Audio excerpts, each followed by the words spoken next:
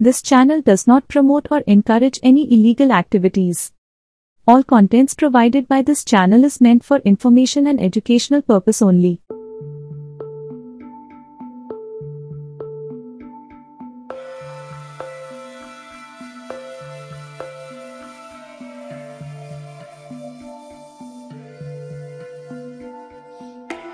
यदा हि धर्मस्य ग्लानिर्भवति भारत अभ्युत्थानमधर्मस्य तदात्मानं स्यात्। परित्राणाय साधूनां विनाशाय च दुष्कृतां धर्म संस्थापनार्थाय সম্ভবামি যুগে যুগে।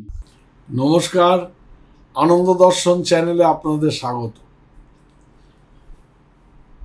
আজকের বিষয় যেটা নিয়ে আলোচনা করব সেটি হচ্ছে প্রাণায়াম করলে সর্বনাশ হবে। অনেকে হয়তো ভাবছেন যে শান্তনুদার কি মাথাটাই খারাপ হয়ে গেল না, প্রাণায়াম করলে সর্বনাশ হবে কি করে। তো প্রাণায়াম আসলে কি সেটা আগে বলি। দেখেন, আসন ঠিক হলে প্রাণায়াম হয়। প্রাণায়াম মানে হচ্ছে প্রাণকে নিয়ন্ত্রণ করা। মানুষের দেহে জীবিত অবস্থায় প্রাণ শক্তি এবং মনের শক্তি সব সময় কাজ করতে থাকে। এই উভয় শক্তির মধ্যে একটা পরস্পর সম্পর্ক আছে। সেই জন্যে প্রাণ চঞ্চল হলে মনও চঞ্চল হয়, মন চঞ্চল হলে প্রাণও চঞ্চল হয়। উভয়ের সঙ্গে একটা সম্বন্ধ আছে। সাধারণত যোগের যেসব নিয়ম কানুন আছে সে সম্পর্কে প্রথমে যা বলা হয়েছে সেটা হচ্ছে প্রাণকে নিয়ন্ত্রণ করো। এই প্রাণকে নিয়ন্ত্রণ করাটাই হচ্ছে প্রাণায়াম। প্রাণায়াম শুরু করার আগে প্রথম দরকার আসনের সিদ্ধাবস্থা, অর্থাৎ আসনটাকে সিদ্ধ করে নিতে হয়। সেটা কি একটা গামলার মধ্যে জল দিয়ে সাবান দিয়ে সিদ্ধ করতে হয় তা না। আসনটা বসে বসে কিছুদিন আসনটাকে পারফেক্ট করতে হয়। অর্থাৎ আসনে বসলে প্রথমে আসনে একটা চঞ্চল ভাব হয়, আসন ঘুরতে থাকে মানে সরতে থাকে, আসনে কম্পন হয়, আসনে একটা অস্থিরতা জন্মায় যে হাঁটুটা ব্যথা করছে, টনটন করছে ইত্যাদি। সেই জন্য প্রথমে কিছুদিন আসনে বসার অভ্যাস করতে হয়। এই আসন সিদ্ধ হলে অনেক সময় পর্যন্ত ঘন্টার পর ঘন্টা আপনি এক আসনে বসে থাকলেও দেহের চঞ্চলতা আসে না। প্রথম অবস্থায় যোগীর পক্ষে শুধু স্থিরাসনে বসা অভ্যাস করা দরকার। স্থিরাসন মানে সুখাসন, সিদ্ধাসন যেটাকে বলা হয়। আসনটা স্থির হয়ে গেলে দীর্ঘকাল পর্যন্ত শরীরে কাঁপতে থাকে না, কারণ প্রথম আসনে বসে শরীর কাঁপে হালকা হালকা করে। দীর্ঘকাল আসন ঠিকভাবে করতে পারলে বিনা চেষ্টায় প্রাণের ক্রিয়া কিছু সময়ের জন্যে শান্ত হয়ে যায়। দেহে এরকম অবস্থার যখন উদয় হয় তখন গুরু বুঝতে পারেন যে শিষ্য প্রাণায়ামের যোগ্য হয়েছে। তখন চেষ্টা করে প্রাণায়ামের ক্রিয়া করতে হয়। এখানে একটা রহস্যের কথা বলছি। মানুষের নিজের যে সত্তা, সব থেকে বাইরে আছে দেহ। এই সত্তার সব থেকে বাইরের অংশ হচ্ছে দেহ।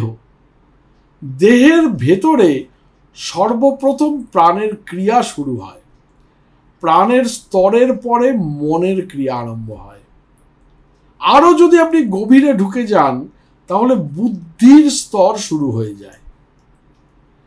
দেহের স্তরে থাকার সময় আসন অভ্যাস করা দরকার। তারপরে প্রাণের স্তরে প্রাণায়াম করা সম্ভব হবে। প্রাণায়ামে যখন আপনি উত্তীর্ণ হবেন তার ক্রিয়া ইন্দ্রিয় এবং মনের ওপরে হতে থাকে। এটা প্রত্যাহারের অবস্থা। প্রত্যাহার মানে প্রতিটি বিষয় থেকে মুক্তি। পরে প্রত্যাহার সিদ্ধ হয়ে গেলে যোগী বাইরের জগৎ থেকে আলাদা করে নিতে পারেন নিজেকে, অর্থাৎ বিচ্ছিন্ন করে নিতে পারেন। 12টা প্রাণায়ামে ক্রিয়াযোগের প্রথম ইউনিট শুরু হয়। 144টা প্রাণায়ামে প্রত্যাহার হয়। এবারে এই যে প্রত্যাহার হলো, প্রতিটি বিষয় থেকে আপনি নিজেকে মুক্ত করে নিলেন। এই প্রত্যাহার যখন সিদ্ধ হয়ে গেল তখন আপনি কিন্তু আপনার যেখানে বসে সাধন করছেন সেই বাইরের জগৎ থেকে আপনি নিজেকে আলাদা করে বুঝতে পারবেন। তখন কোনো ইন্দ্রিয় কিন্তু ক্রিয়া করে না। তারপরে যোগী অন্তর্জগতে প্রবেশ করে। সেখানকার ক্রিয়াটা কেমন? স্টেপ বাই স্টেপ, ধারণা, ধ্যান এবং সমাধি। সেই সময় বাহ্য জগতের বিষয়ের কোনো জ্ঞান আসে না, কিন্তু মনের সংস্কার কাজ চলতে থাকে। এটা ধারণার একটা অবস্থা। যেমন হাতে জল নিয়ে জল ফেলে দিলে টপ টপ করে জল পড়ে যায়, সেটা এই অবস্থা। মন স্থির হয়ে গেলে ধ্যানাবস্থা শুরু হয়। তো ধ্যানাবস্থা যখন চলতে থাকে তখন যোগী তন্ময়তা প্রাপ্ত হতে থাকেন। এই জায়গায় মনের ক্রিয়াতে অবিচ্ছিন্ন ভাব, যেন সেই তেল বয়ে যাচ্ছে, তেল ফেলে দিয়েছেন, তেল বয়ে যাচ্ছে, এরকম একটা অবস্থা। এটা ধ্যানের অবস্থা। তারপর মন যেটা আপনি চাইছেন সেই জায়গায় আপনাকে নিয়ে গিয়ে পৌঁছায়। মনের ধারা প্রবাহ থাকে না। এই যে পৌঁছে গেল, এরপরে কিন্তু মন নেই। এটার নাম হচ্ছে সমাধি। সমাধি ক্রমশ একের পর এক উঁচু ভূমিতে করতে হয়। উঁচু ভূমি মানে কি মাটিটা উঁচু তা নয়, স্টেপ বাই স্টেপ। সর্বপ্রথমে সমাধির বিষয়টা কি থাকে? আমাদের বাহ্য আবরণ। এরপরে ভেতরে থাকে কারণ শরীর, সেটাকে সূক্ষ্ম বাহ্য আবরণ বলা হয়। প্রথমটি যে সমাধিটি হলো, স্থির হয়ে গেল শরীর, মন একাগ্র হলো, এটাকে বলা হয় বিতর্ক সমাধি। কি বলা হয়? বিতর্ক সমাধি। আর দ্বিতীয়টি, যেখানে আত্মা একদম সংযোজিত হলেন, সেই জায়গাটা অবস্থা বলতে গিয়ে বলা হচ্ছে, এটাকে বলা হয় বিচার সমাধি। তো বিতর্ক সমাধির ভেতরে দুটো অবস্থা আছে, বিচারের মধ্যে দুটো অবস্থা আছে। কি কি অবস্থা? সবিতর্ক ও নির্বিতর্ক, অর্থাৎ সুবিচার এবং নির্বিচার। এরকম এখানে একটা বিষয় বুঝতে হবে। কোনো বিষয়ে মনের যে শেষ অবস্থা, সমাধি যখন আপনি লাভ করলেন, তখন কি হবে? আপনার ভেতরে প্রজ্ঞার উদয় হবে। এটাকে কি বলে? এটাকে সমাধিজনিত জ্ঞান বলা হয়।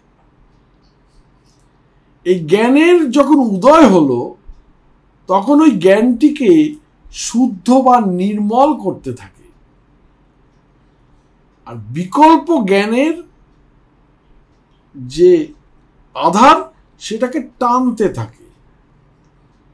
সবিকল্প থেকে নির্বিকল্পে যাওয়াই জ্ঞানের শুদ্ধাবস্থা বা শুদ্ধি। এখন বিতর্ক ভূমিতে শব্দ ও জ্ঞানের যে মিশ্রণ ঘটে, এই মিশ্রণটি কিরকম? শব্দের সঙ্গে যেমন অর্থের সম্পর্ক, তেমনি জ্ঞানের সঙ্গেও অর্থের সম্পর্ক আছে। এই অর্থ কিন্তু পয়সা অর্থ নয়, এই অর্থ হচ্ছে অবস্থাটা। এই জন্য জ্ঞানের মধ্যে শব্দ সংস্কার কেটে যায় এবং জ্ঞান নির্মল হয়। যোগীরাজ বলছেন, রেচক পুরক और बढ़ावे याने सिद्धि दे लागे पूरा समाध। रेचक पूरक बिना जैसे बंधाकू प्राण वायु को बल ले आवे मन निश्चल हो जाए। आयु बढ़ावे रोग ना रहे पाप जलावे निर्मल करे। এই নির্মল করাটাকে বলা হচ্ছে, আমি বলছি যেটা নির্মল করে জ্ঞান হয়ে মানে আত্মজ্ঞান লাভ হবে।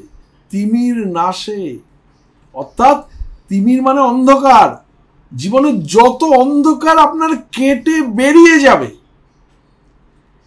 এরপরে সূক্ষ্ম স্তরে সবিচার নির্বিচার সমাধিতে সূক্ষ্ম বিষয় নিয়ে সবিকল্প এবং নির্বিকল্প ভেদ করা হয়েছে। এরপর বাহ্য জগতের বিষয়ে সমাধি সম্ভব নয়। তখন সমাধি কাকে ধরবে? আমাদের ভেতরে যে কারণ শরীর তাকে অবলম্বন করবে, তার উপরে উঠবে। সেটাকে কি বলা হয়? গ্রহিতা সমাধি। আর তারও উপরে যখন আপনি উঠবেন, যেখানে গিয়ে আপনি পুরুষোত্তম প্রাপ্ত হচ্ছেন, সেটাকে বলা হয় অস্মিতা সমাধি। এইখানে সম্প্রজ্ঞাত সমাধি অবস্থা হয়ে যায়। এই অবস্থায় সমস্ত বিশ্বের জ্ঞান আপনি জানতে পারবেন, কোথায় কি হচ্ছে না ঘটছে কি সব আপনার চোখের সামনে ঝকঝক করে জ্বলবে। কিন্তু আত্মসাক্ষাৎকার কিন্তু তখনও হয়নি, বিবেক খ্যাতির উদয় তখনও হয়নি। এবার পরবৈরাগ্যের উদয় সেই সময় হয় না।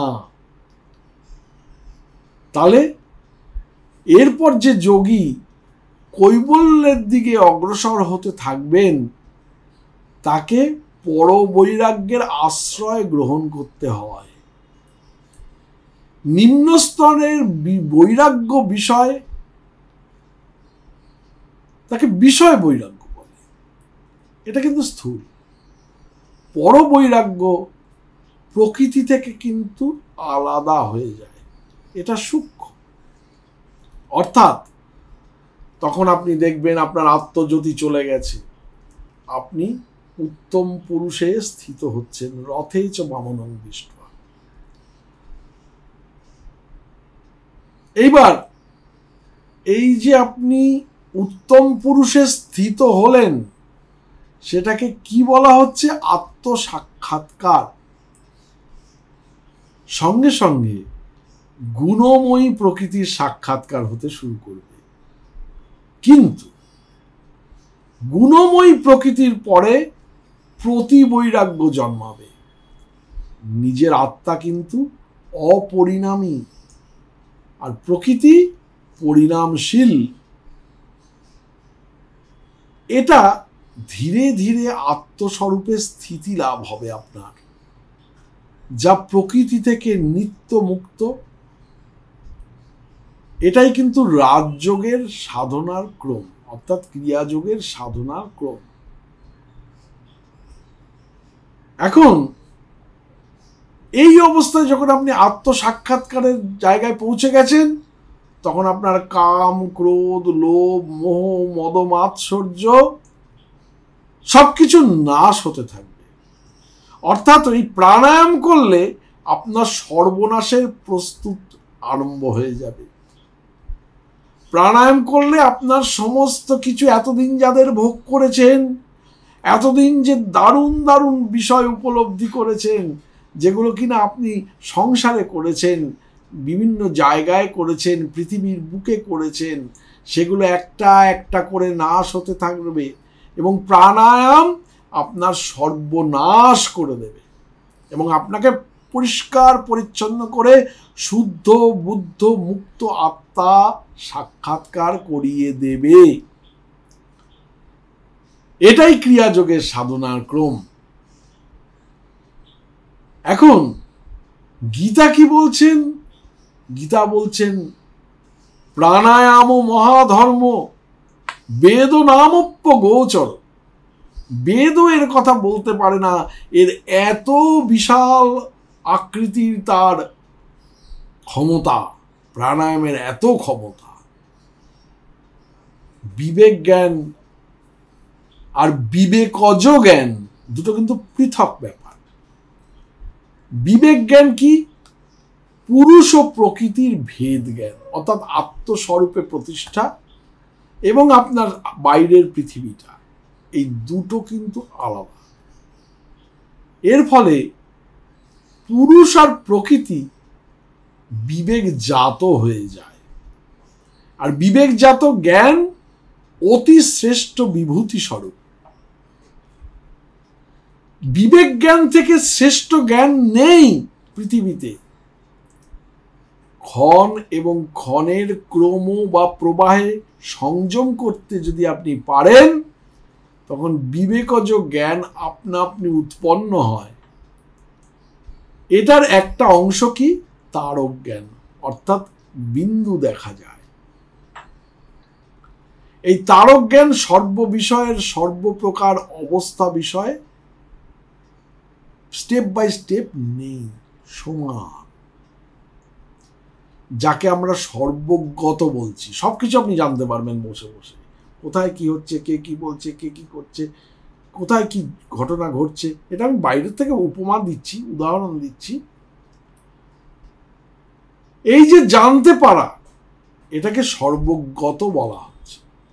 অর্থাৎ সর্বজ্ঞত্ব তাকেই বলা হচ্ছে যখন আপনি স্থির আসনে বসে সব কিছু বিষয়ে অবগত হচ্ছেন।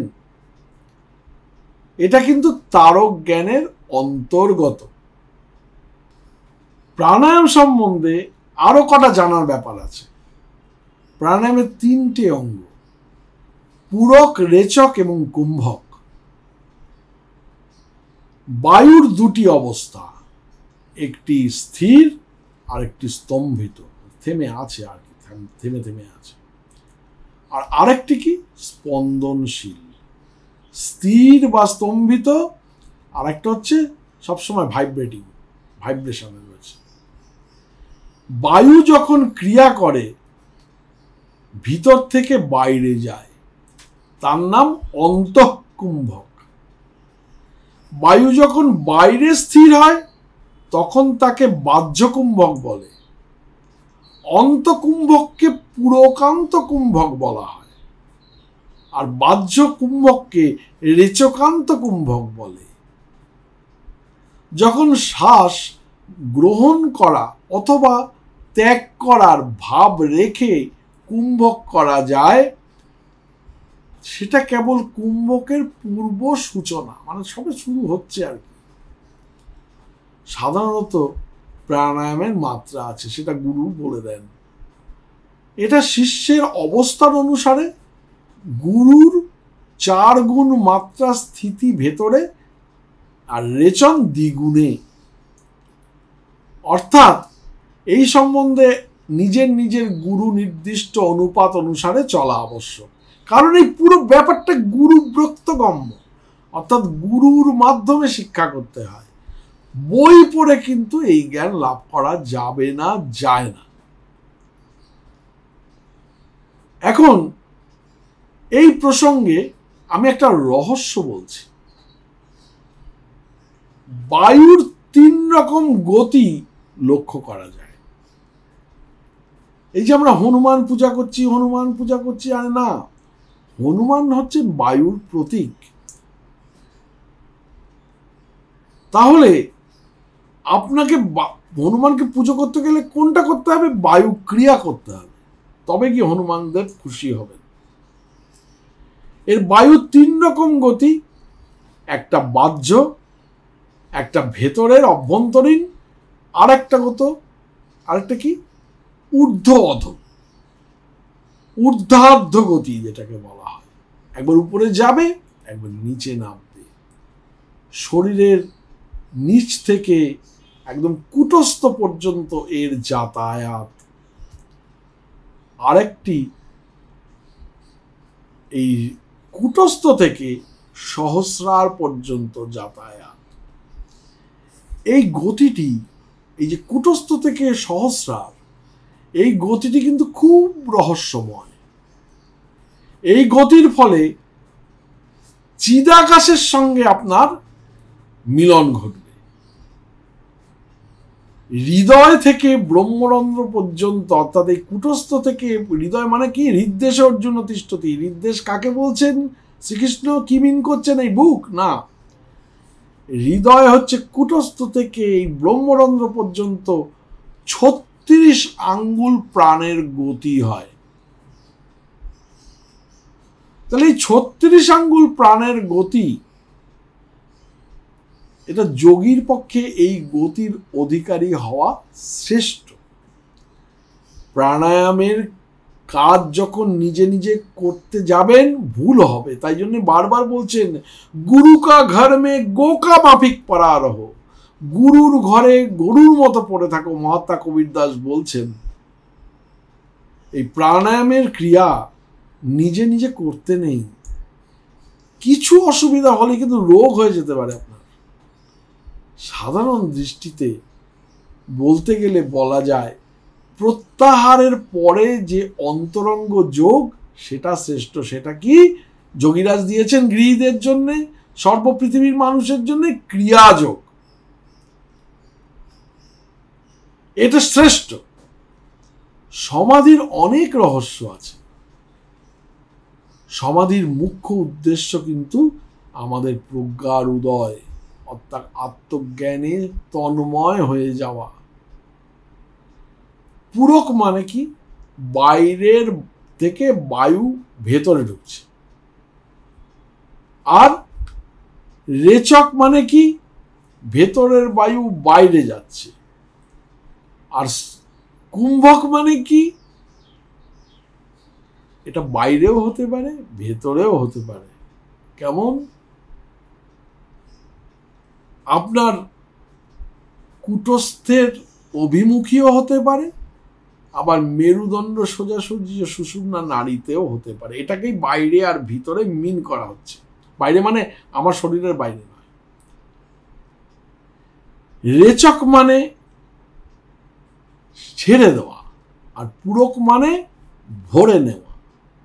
আর ভেতরে হোক বা বাইরে হোক, অর্থাৎ সুষুম্না নাড়িতে হোক আর কুটস্থে হোক, তাকে যে আটকে রাখা সেটার নাম কুম্ভক। এর ভেতরে রহস্য আছে।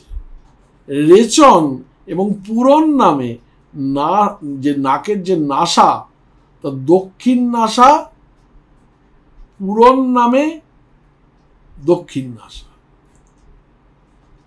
আর বাম নাসা রেচন। এটা উপদেশ যখন গুরু দেবেন বুঝিয়ে দেবেন। তা বলছেন ইরা ভগবতী গঙ্গা, দক্ষিণ নাসা হচ্ছে গঙ্গা, পিঙ্গল যমুনা নদী, ইরা পিঙ্গলয়ের মধ্যে সুষুম্না চ সরস্বতী। তাহলে সাধারণ নিয়মে এক নাক দিয়ে ভেতরে প্রবেশ করে অন্য নাক দিয়ে বাইরে করা, এটা পর্যায়ক্রমে। এটাকে কি বলা হয়? এটাকে বলা হয় নাক টিপে প্রাণায়াম। নাক টিপে যে প্রাণায়াম হয় সেটা কিন্তু ক্রিয়াযোগের প্রাণায়াম নয়। এ সম্বন্ধে বলতে গিয়ে বলা হচ্ছে যে দেখো, যারা বাল বুদ্ধি বিশিষ্ট, অর্থাৎ শিশুদের মতো বুদ্ধি যাদের, তারাই নাক টিপে প্রাণায়াম করে এবং নাকের ছিদ্র বন্ধ করা খোলা করতে থাকে। এরকম যে করে সে খল, তাকে যোগীরা পরিত্যাগ করেন। তাহলে কি বলছেন?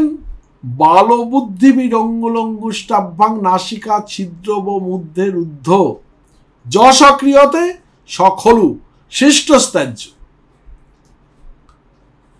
এবং প্রতিদিনের সঞ্চিত মলিনতা আপনার কিসে যাবে? প্রাণায়ামে চলে যাবে।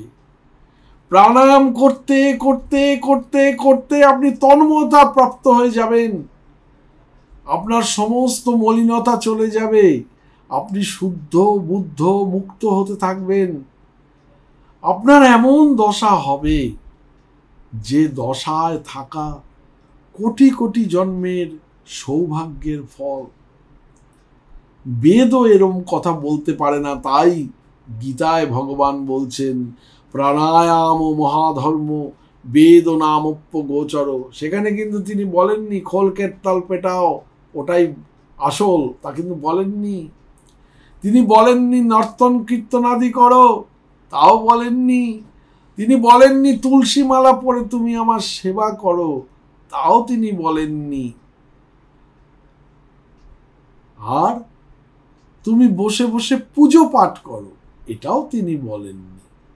তাহলে অর্জুনকে তিনি কি বলছেন? এই অর্জুন কে? এই অর্জুন হচ্ছেন ভবের অর্জুন, অর্থাৎ আপনি আমি।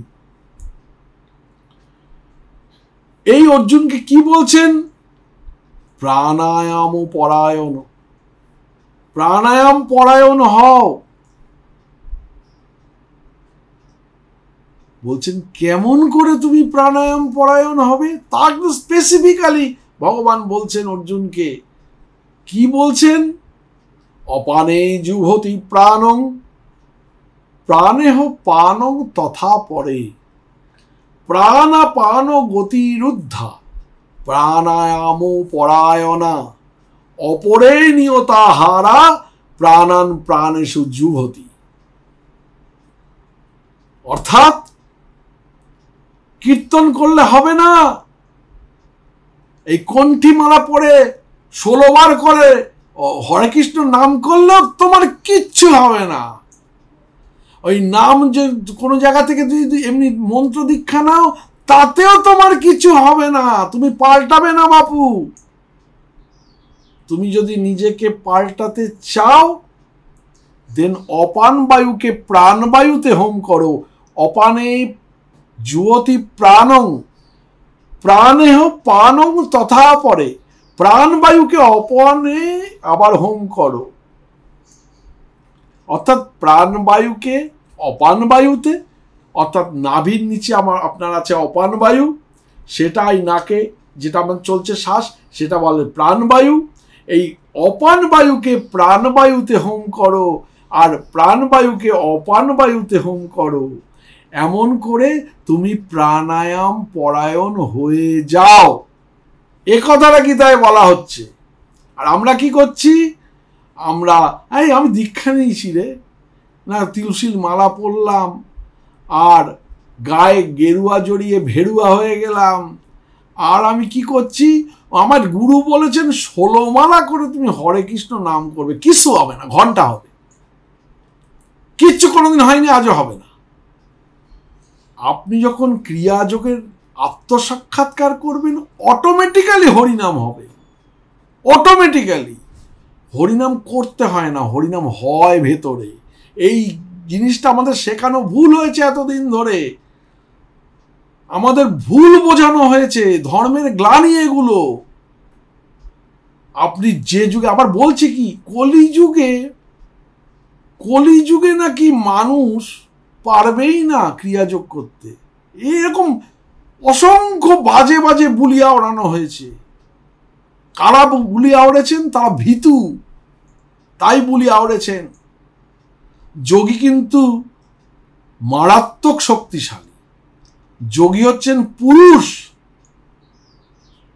যোগী কি করছেন? যোগী গুরু উপদেশ নিয়ে প্রাণবায়ুকে অপান বায়ুতে হোম করছেন, অপান বায়ুকে প্রাণবায়ুতে হোম করছেন। আর প্রাণায়াম পরায়ণ হয়ে ধ্যানাবস্থিত তদগতে মনসা একদম বসে যাচ্ছেন গিয়ে। তাহলে শান্তনুদা আমার কি করতে হবে? তোমাকে প্রাণায়াম করতে হবে, তোমাকে গুরু উপদেশ পথে তোমাকে ক্রিয়াযোগের অভ্যাস করতে হবে, যা কিনা যোগীরা শ্যামাচরণ দিয়ে গেছেন গৃহী মানুষের সাধনার জন্যে। তা তুমি যতই নাম কীর্তন করো না কেন, এটা মিলিয়ে দেখবেন আপনি, নাম কীর্তন করে কাউর যদি কোনো পরিবর্তন দেখেন, ওই বেশভূষার পরিবর্তন হবে, আর একটু মিষ্টি মিষ্টি কথা বলবে, ব্যাস, নাথিং, কিচ্ছু হয়নি কোনোদিন। কাদের জন্য দিয়েছেন? চৈতন্যদেব কেন নাম করতে বলেছিলেন এটা বুঝতে হবে।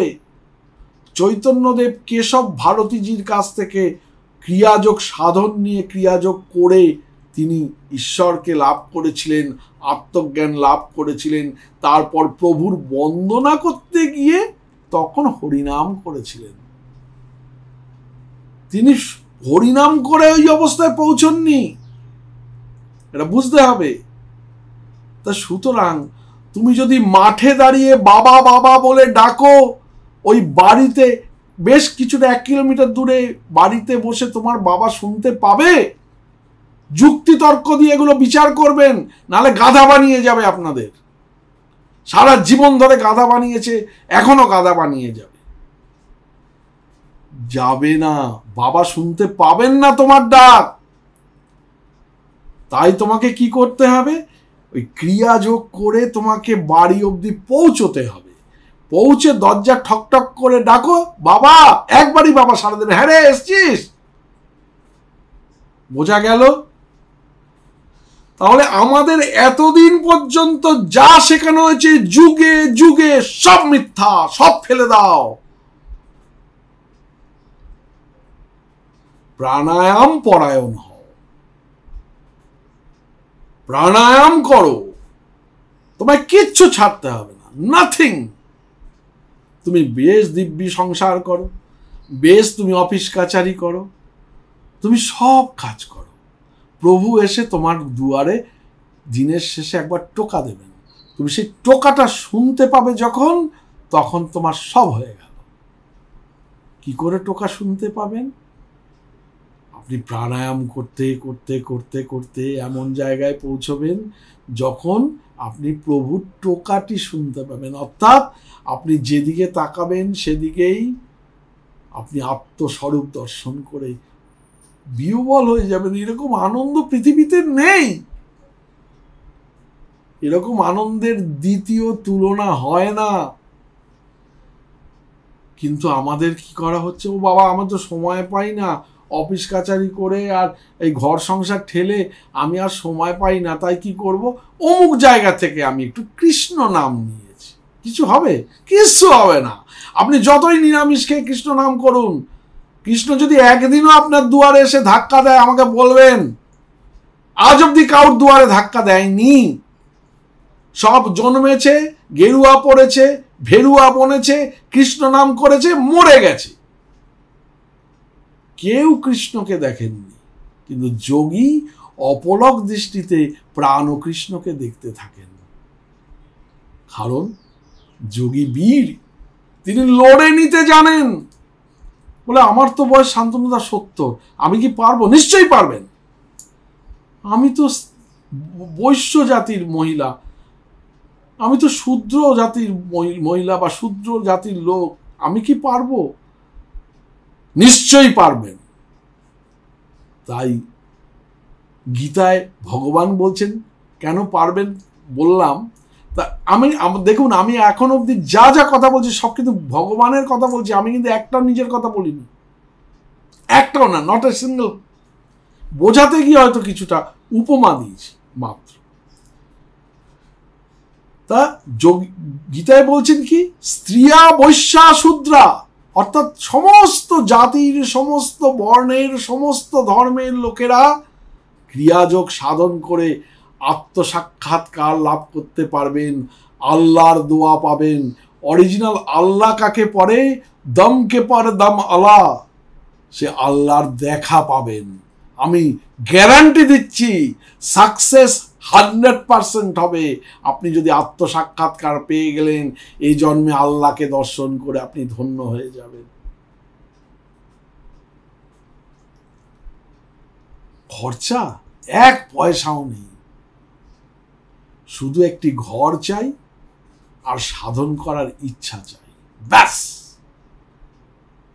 লেগে পড়ুন, এ জন্মে যতটুকুনি পারেন করে নিন, ঠিক পরের জন্মে আবার পেয়ে যাবেন, ঠিক তারপরের জন্মে আবার পেয়ে যাবেন।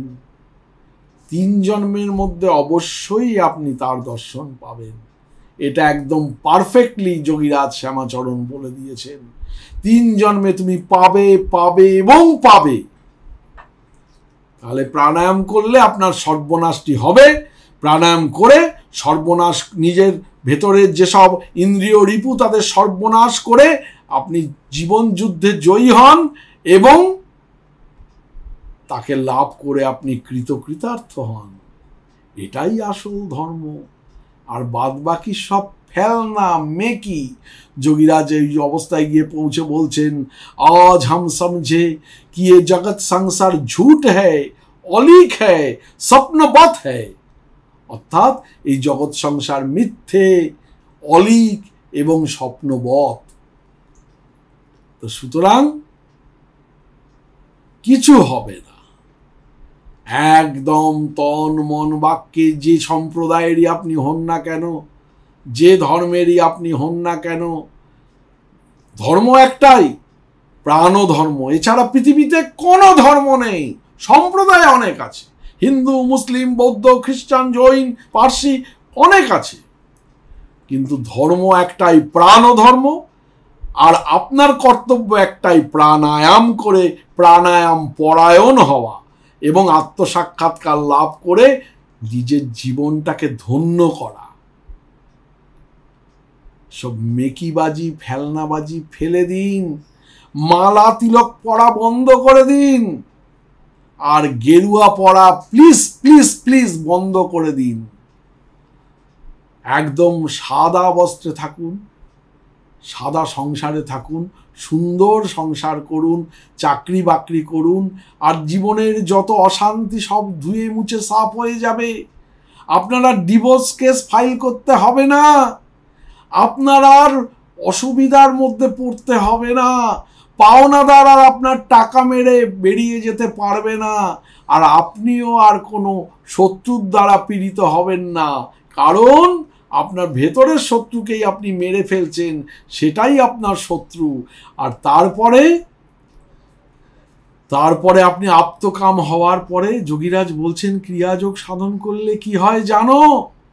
ক্রিয়াযোগ সাধন করলে মানসিক, আর্থিক এবং শারীরিক 3 দিক থেকে তুমি সুস্থ থাকবে।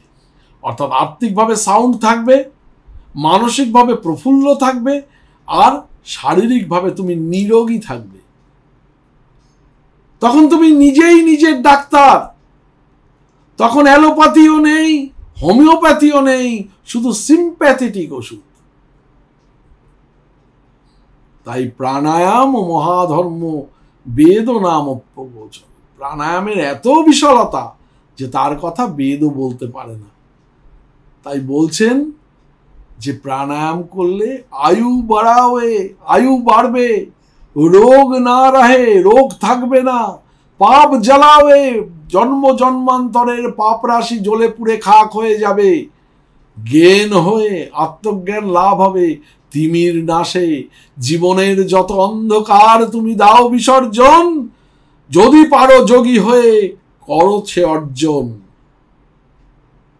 নয়মাত্মা বলহীনে নলভ্য। যাদের আত্মজ্ঞান লাভ করার ইচ্ছা আছে তিনি বলহীন হলে তা লাভ করতে পারেন না। তাই এই বল কিসের? শারীরিক বল না, এই বল মনের বল। আমার 70 বছর বয়স হয়েছে তো কি হয়েছে, আমি যেটুকুনি আমার গুরু শেখাবেন সেইটুকুনি করে বাদ বাকি যে কটা দিন বাঁচবো সেইটুকুনি এগিয়ে রাখি। আমি পরের জন্মে এসে ঠিক পেয়ে যাব। তাই কোনো কানে দীক্ষা নেবেন না, কোনোভাবে কোনো রকম কোনো কীর্তন নর্তনাদি করবেন না। যদি পারেন ওই সময়টা, জীবনের ওই সময়টা বড় দুর্মূল্য, যদি পারেন আসনে বসুন, গুরুর উপদেশ অনুসারে ক্রিয়াযোগ সাধন করুন। এটাই কলির ধর্ম, এটাই কলির তপস্যা, এটাই কলিযুগ ধর্ম। করুন, হন এবং পান। আজকে এই অবধি, আবার পরের ভিডিওতে।